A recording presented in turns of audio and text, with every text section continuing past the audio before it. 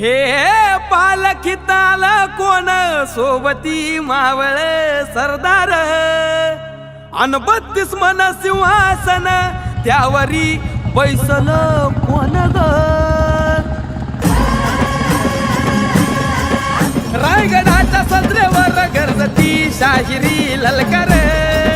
संगनगार तू तारी वाजती संबळ ठेक्यान माझ राज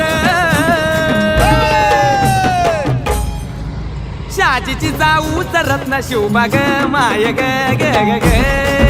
माझं शिवब छत्रपती झालं ग माय ग ग ग ग